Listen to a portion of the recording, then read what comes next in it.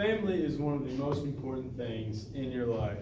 However, sometimes they can be more of a hindrance than a help. But before we get into that, let me introduce myself. I'm Joseph Roberts. I'm from Dayton, Kentucky. I have two parents, two sisters, so growing up was pretty crazy. I'm 17 years old and I'm a student at Marshall County High School. And a little about me, I'm a friendly guy. You know, I love people, love my friends. I'm generally pretty happy. I enjoy music, mountain biking, and as I said before, I have two sisters. Let me tell you about them. Emma is my little sister. She's 5 years younger than I am. She's kind of quiet, keeps to herself, very independent, just a pretty relaxed girl. And then Annie, 3 years older than me. She's in college right now. But growing up together was not easy.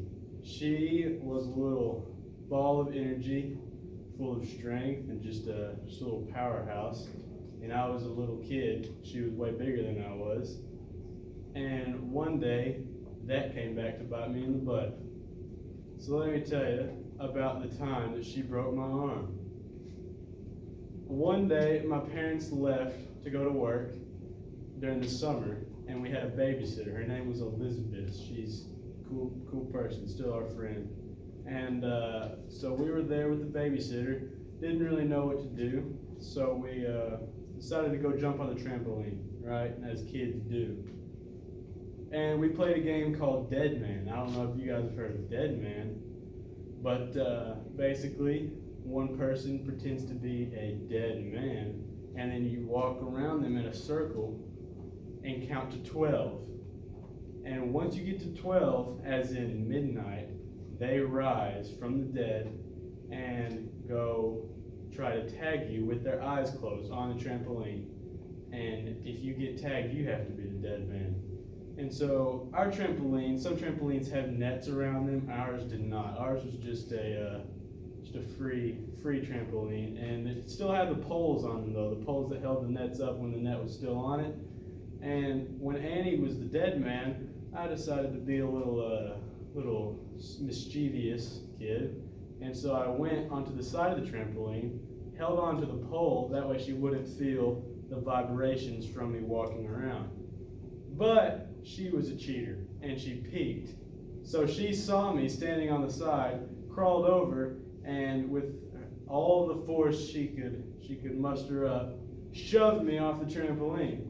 So I fell to the ground, landed on my arm.